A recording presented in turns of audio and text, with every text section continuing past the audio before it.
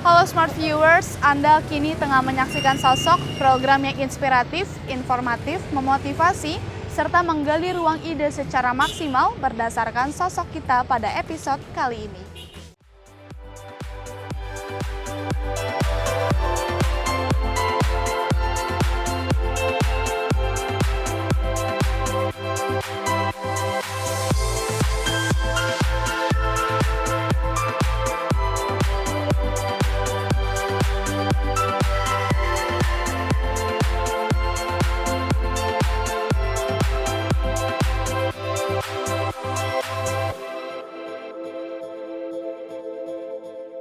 Sosok kita hari ini adalah seorang Vice President dari perusahaan jasa transportasi layanan ojek online yang sudah tidak asing lagi di tengah masyarakat Indonesia.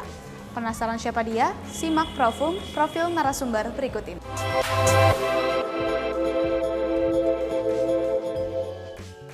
Gojek tak selalu identik dengan Nadiem Makarim, sebab ada sederet karyawan Gojek lain yang memiliki peran tak kalah penting dalam membangun perusahaan ojek online itu. Sosok tersebut salah satunya adalah Alamanda Santika Santoso yang saat ini menempati posisi mentereng Vice President of Technology Product Gojek. Ia adalah orang yang bertanggung jawab langsung terhadap segala produk teknologi pada aplikasi tersebut. Usai menamatkan SMA, Alamanda melanjutkan jenjang pendidikannya dengan mempelajari IT di Binus University. Di saat kuliah inilah, Alamanda mulai merintis startup miliknya. Perusahaan rintisannya membuat platform e-commerce dan pada tahun 2009, Alamanda juga sukses mengembangkan website dari suatu perusahaan jeans yang membuat namanya tersohor di kalangan merek fashion di Indonesia.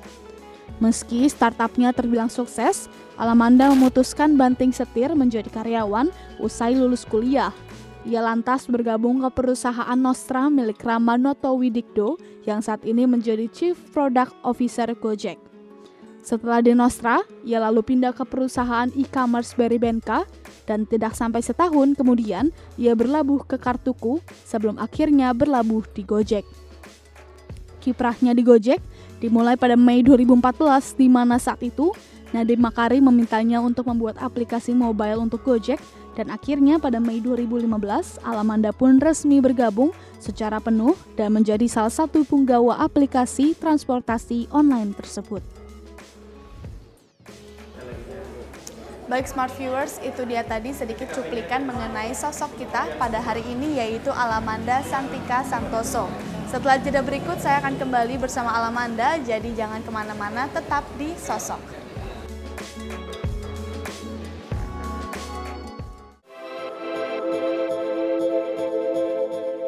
Halo Smart Viewers, terima kasih karena Anda masih menyaksikan Sosok dan saat ini tengah bersama saya yaitu Alamanda Santika Santoso, yaitu Vice President dari bagian produk dari jasa transportasi online terkenal Indonesia yaitu Gojek.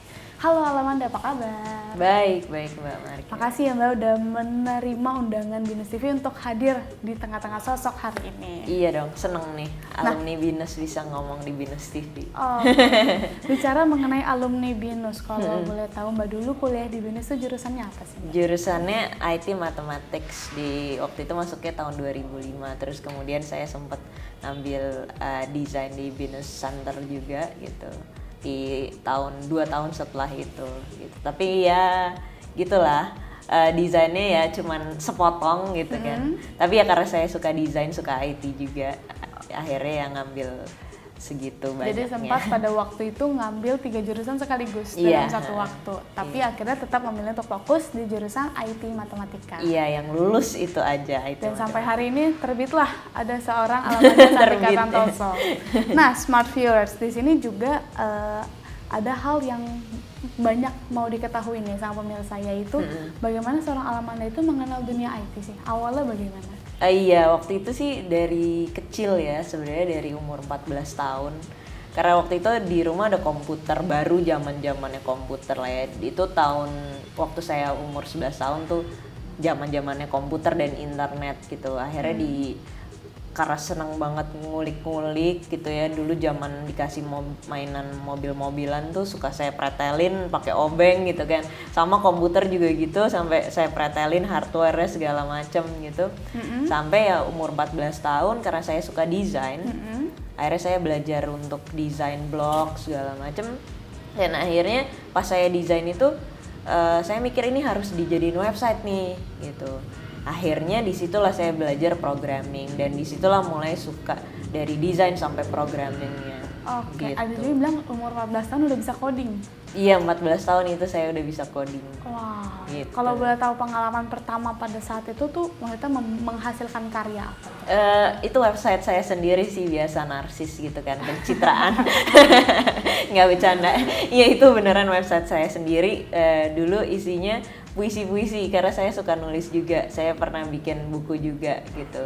Bukunya pernah diterbitin juga, antologi puisi. Jadi itu orang masuk ke situ ya ada banyak puisi saya, itu desain saya juga, ada foto-foto saya juga gitu. Kurang lebih. Jadi tempat untuk menarsiskan diri pada ya saat benar, itu kurang ya. lebih pencitraan gitu. Nah, Alamanda, berarti kalau tadi udah disertain dari kecil itu sukanya ngotak-ngatik, pretelin mobil, terus juga ada untuk ngotak-ngatik komputer sampai dengan motherboardnya. Apa tanggapan orang tua saat itu? Mereka sih kayaknya udah pasrah sama anaknya, terserah mau ngapain dia gitu. Tapi seneng sih orang tua, maksudnya kayak ngelihat ya waktu itu sempet sering dimarahin juga gitu, bisa sampai jam 3 pagi saya masih di komputer gitu. Tapi ya mereka lebih ngebebasin anaknya sih ya, anaknya suka di situ ya udah biarin aja gitu. Oke, nah kalau misalnya Smart Viewers tahu, Alamanda itu portfolionya itu semua berkutat di bidang IT. Iya. Apa memang udah benar-benar passion yang nggak punya pilihan lain, yang maunya tuh jalaninnya tuh di dunia IT aja gitu? Iya, kurang lebih sih begitu ya. Dari dulu memang ya passion banget sih, karena saya ngelihat teknologi itu berkembangnya cepet banget gitu ya. Jadi dari yang dulu saya pelajarin sama yang sekarang tuh udah beda banget gitu. Jadi di IT pun kita juga harus cepet banget belajarnya gitu. Dan itu yang saya suka juga sih, kayak explore terus gitu. Oke, nah kalau misalnya bicara mengenai dari dulu IT berkembang sampai dengan sekarang, kalau Alamanda sendiri kan kalau kita lihat portfolionya dulunya berada di beberapa perusahaan yang memang berkutat juga di dunia yang sama. Apa yang membuat Alamanda akhirnya sampai nih ke Gojek? Ke Gojek ya waktu itu, jadi di tahun 2014 Nadim ngajak saya untuk freelance waktu itu. Jadi yang ngedesain app Gojek pertama itu saya masih zaman dulu punya itu. Beda banget kan sama yang sekarang, udah jauh lebih bagus karena tim saya udah lebih pinter-pinter daripada saya. Jadi 2014 bulan Mei akhirnya saya join untuk freelance di Gojek sambil ngerunning timnya juga, tim teknologinya. Waktu itu kita start cuman 3 orang yang benar-benar full time internal, sama saya desainer sekaligus product manajernya juga gitu kan. Akhirnya ya berjalanlah selama 1 tahun. Saya di sana udah launching produknya, kemudian akhirnya Nadim ngajakin full time gitu di Gojek. Dia berapa lama tuh freelance-nya? 1 tahun? 1 tahun. Berarti di tahun 2015. Nadim ngajakin saya untuk full time mungkin ada selama 6 bulan itu. Dia udah kayak setiap hari, ayo lah gimana lah masuk Gojek gitu. Ibaratnya mau tidur ada chat dulu nih ya, chat dulu, ayo masuk Gojek. Gitu. Sempet waktu itu saya sebenarnya udah mau kuliah ke luar negeri juga di akhir tahun 2014 gitu. Terus akhirnya Nadim bilang jangan dulu deh lah, coba bantuin di sini dulu setahun katanya gitu.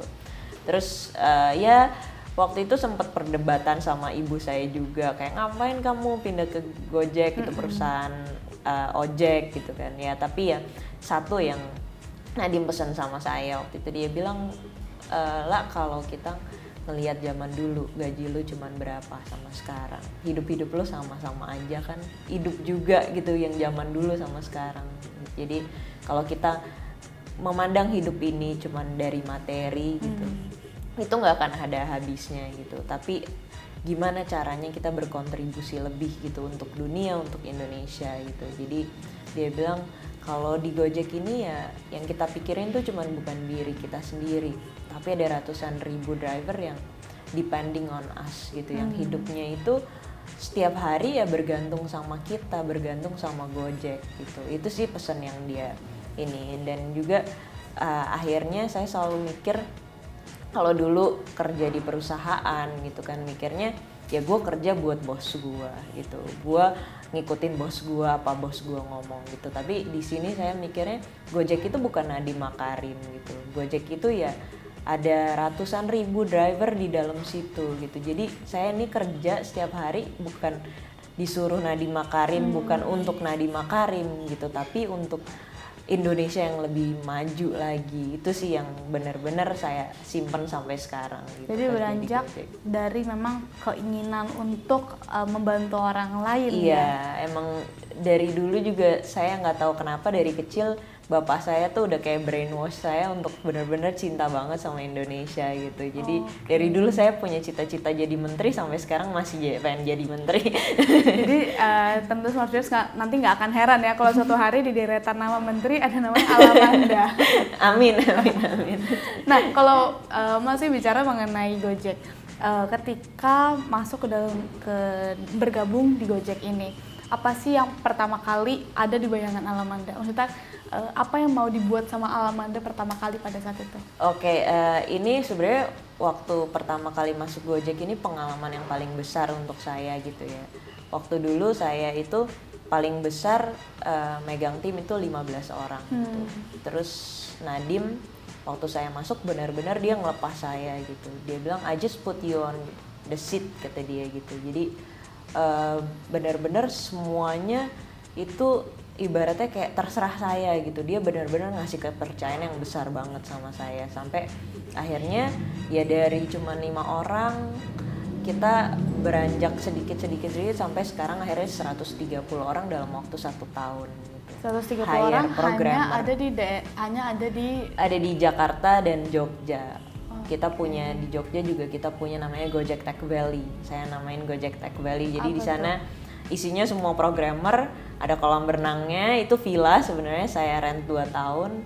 Itu juga waktu itu simple, waktu saya mau bangun Gojek Tech Valley saya cuma WhatsApp ke Nadiem, "Dim, gue mau buka kantor di Jogja ya." Terus dia bilang why not. Terus saya minggu depannya berangkat, langsung 1 bulan doang itu kantornya udah running gitu. Jadi memang ya di Gojek semangatnya tuh tinggi banget sih untuk karena ya kita balik lagi di sini bekerja untuk kebaikan banyak orang gitu. Dan mungkin ini mengapa banyak orang yang bilang kalau Alamanda itu adalah emaknya programmer di Gojek.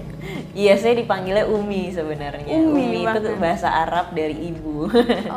Gitu. Karena ya di teknologi kan cowok-cowok semua gitu ya. Tim saya 10% lah yang wanita. Terus ya saya leadernya mereka wanita gitu. Jadi kayak ya ibu aja buat mereka. Kita juga punya Umi Session setiap seminggu sekali biasanya. Namanya kayak Umi Session. Itu kita nggak nongkrong di kafe, kita cuma nongkrong di angkringan yang cuma 10.000 gitu kan udah kenyang gitu, nongkrong lesehan bareng-bareng sama tim saya gitu. Mereka mau curhat atau apa gitu. Dan itu salah satu tugas Alamanda sebagai Vice President. Salah satunya Umi Session di angkringan. Dan kalau tugas-tugas lainnya apa nih sebagai Vice President di Gojek? Tugas lainnya sebenarnya sih saya selalu bilang ya, saya ini bikin produk di Gojek, yang saya bikin tuh sebenarnya bukan produknya gitu. Tapi tugas utama saya kan bikin produk gitu ya, bikin appnya Gojek lah, simpelnya gitu, dari desain sampai programming itu semua saya yang megang gitu. Tapi selama ini yang saya bikin bukan produknya, tapi orang-orang di dalamnya gitu, karena tanpa tim saya yang kuat itu saya nggak akan bisa ada di sini sekarang gitu. Tanpa mereka itu saya nggak akan bisa ngomong di sini juga gitu kan. Jadi people yang saya bangun gitu, mereka banyak yang masuk masih junior, masih belum ada pengalaman di IT. Product manager saya tuh nggak begitu banyak yang udah ada pengalaman di IT, saya ajarin mereka dari awal gitu. Dan itu justru tantangan yang bikin Alamanda makin semangat ya, yaitu makin bagaimana meng-create people. Iya, leadership itu ya kita harus adding values ke orang lain gitu ya, ke tim kita gitu. Jadi leader itu bukan cuma nyuruh-nyuruh gitu, tapi justru kita adding values to other people. Dan juga ya saya juga senang banget di sini bukan cuma ngebangun driver-driver di luar sana, tapi yang ngebangun tim saya dari nol sih, itu yang paling saya senang sih di sini. Oke Alamanda, nanti setelah ini kita akan lanjutin lagi perbincangan kita. Jadi Smart Viewers jangan kemana-mana, tetap di Sosok.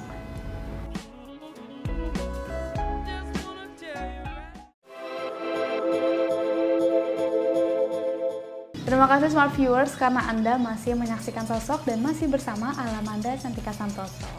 Nah Alamanda, kalau misalnya sebagai Vice President, sekarang ini kan Gojek sudah memiliki banyak saingan dan tentunya harus terus berinovasi supaya bisa bersaing. Iya. Nah sebenarnya sebagai Vice President sendiri ada nggak sih strategi khusus? Strateginya yang tadi Mbak Margaret bilang sih, justru salah satunya innovation. Itu yang kita benar-benar nggak berhenti berinovasi gitu, bukan cuma di produknya aja sih, tapi di dalamnya sendiri. Jadi Gojek itu value-nya ada 3, speed, innovation, and social impact. Social impact yang social impact yang tadi saya udah ceritain gitu kan.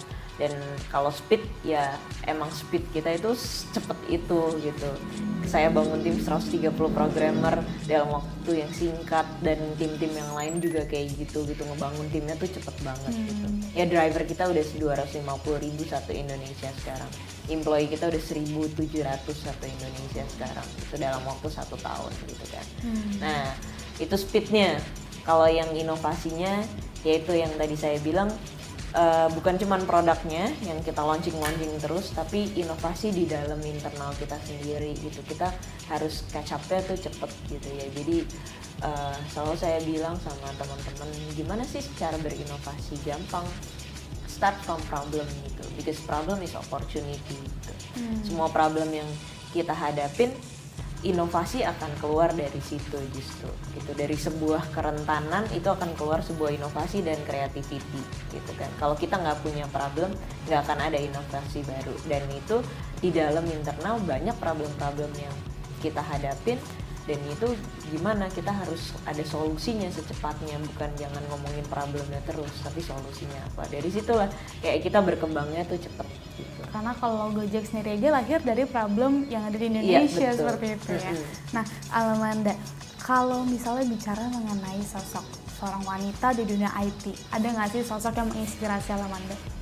Kalau wanita mungkin nggak ada ya, tapi kalau di dunia IT juga saya sebenarnya nggak begitu ini banget gitu ya. Justru sosok-sosok yang menginspirasi saya di luar dunia IT ada Pak Habibie, Pak Anies Baswedan, dan beberapa profesor di Amerika, ada Daniel Goleman, ada Dan Siegel. Mereka semua sering bicara tentang leadership. Sama satu penulis yang saya suka banget itu John Maxwell. Ini gitu. Memang terlihat ya Smart Viewers ya, wanita perwujudannya, tapi sosoknya memang nggak ada segi wanitanya nih. Iya, sedikit ya. Nah kalau menurut Alamanda, sosok Alamanda sendiri itu seperti apa? Sosok saya, kalau tim saya selalu bilang, Allah tuh punya 2 sisi kata mereka. Jadi kalau udah masuk ke ruangan meeting, katanya Allah tuh bisa berubah, bener-bener berubah 180 derajat. Jadi orang yang bener-bener serius banget gitu, kayak ada on off-nya gitu. Gimana kalau kita minta tunjukin ekspresinya, coba tunjukin ekspresi. Gak bisa kalau ini lagi menyenangkan. Jadi kalau di luar katanya mereka bilang aku tuh jauh banget bedanya, kayak maksudnya ya aku easy going gitu, kayak semua orang di kantor aku sapa, mau kenal mau enggak ya disapa juga gitu kan. Kayak gitu, tapi begitu udah mau serius gitu. Dan kalau udah galak gitu. Kalau udah galak biasanya pernah nggak ada pengalaman yang sampai bikin tuh Allah tuh harus menunjukkan sosok galaknya? Sering beberapa kali. Salah satunya kalau ya zaman dulu kalau app Gojek error gitu kan, ada bug gitu, itu udah mulai kelihatan galaknya. Dan aku orangnya perfeksionis banget, jadi kayak kalau pada bikin Gojek app terus bikin desainnya salah satu pixel aja, itu benar-benar bisa aku marahin, bisa aku komen gitu, kayak gitu sih. Wanita loh ini Smart Viewers. Nah, berarti bicara mengenai sosok Alamanda, ada nggak pengalaman yang paling menarik yang mungkin nggak pernah Ala dapetin selama karir Alamanda? Oke, pengalaman menarik ada 2 sih ya, yang buruk dan yang baik ya. Yang baiknya pengalaman yang paling aku rasain ya jadi ibu untuk semua programmer di sini gitu, dan jadi leader yang bikin leader baru gitu ya, menciptakan leader baru. Aku tuh paling kerasa waktu ngelihat salah satu tim aku yang aku benar-benar ajarin dari nol, terus ngelihat dia bisa ngajarin yang lain yang baru-baru masuk, itu benar-benar nggak bisa diukur dengan uang lah kayak gitu. Benar-benar kayak bangganya tuh bangga banget gitu bisa ngelihat, oh aku udah bisa menciptakan leader baru ya yang bisa ngajarin orang lain gitu, yang kata-katanya sama yang aku omongin persis banget. Jadi kayak aku kayak transfer brain gitu rasanya gitu, dan itu seneng banget. Kalau sedihnya di Gojek dulu sering sih ngalamin kayak waktu itu sempet aku lagi ke Jogja gitu ya, waktu itu tim kita masih dikit, jadi aku lagi ngetes app sambil mesti nyari survei lokasi di Jogja gitu, sambil ngetes app sambil survei.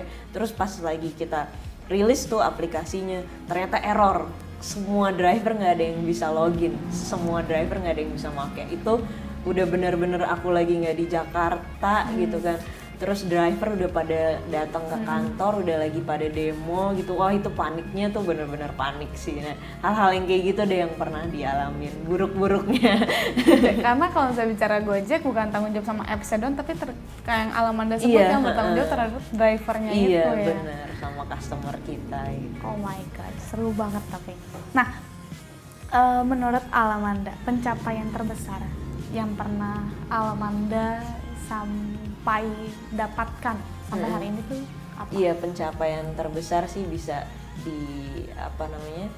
Nadiem kasih kepercayaan aku yang sebesar ini untuk ngebangun tim di Gojek sih. Itu pencapaian yang terbesar selama ini. Dan kalau langkah ke depan ya?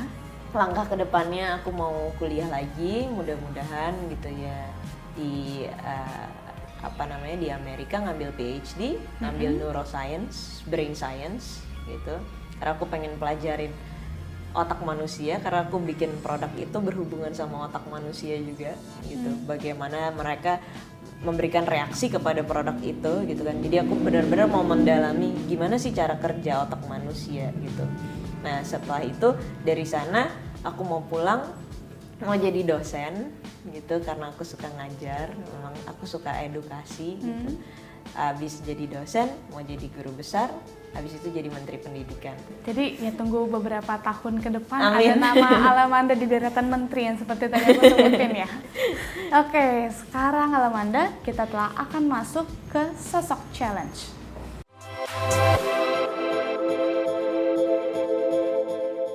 Sosok challenge hari ini adalah Alamanda akan diberikan beberapa pertanyaan seputar dunia IT dan Alamanda harus menjawabnya dengan tempo waktu sesingkat-singkatnya. Oke, ini aku deg-degan beneran. Oke. Siap? Diketahuan nih nanti nih ya. Oke, pertanyaan pertama. Nanti aku akan hitung 3, 2, 1 dan Alamanda harus langsung jawab ya. Oke. Ini sederhana. Oke.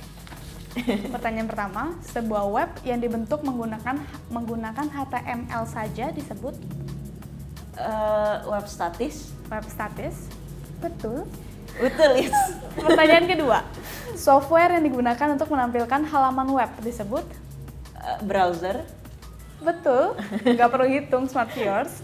Pertanyaan ketiga, sebuah komputer memiliki pengaturan port untuk security. Jika melakukan browsing akan menggunakan port 91 bukan ya? Salah. boleh diganti atau pas dulu? Pas Dulu.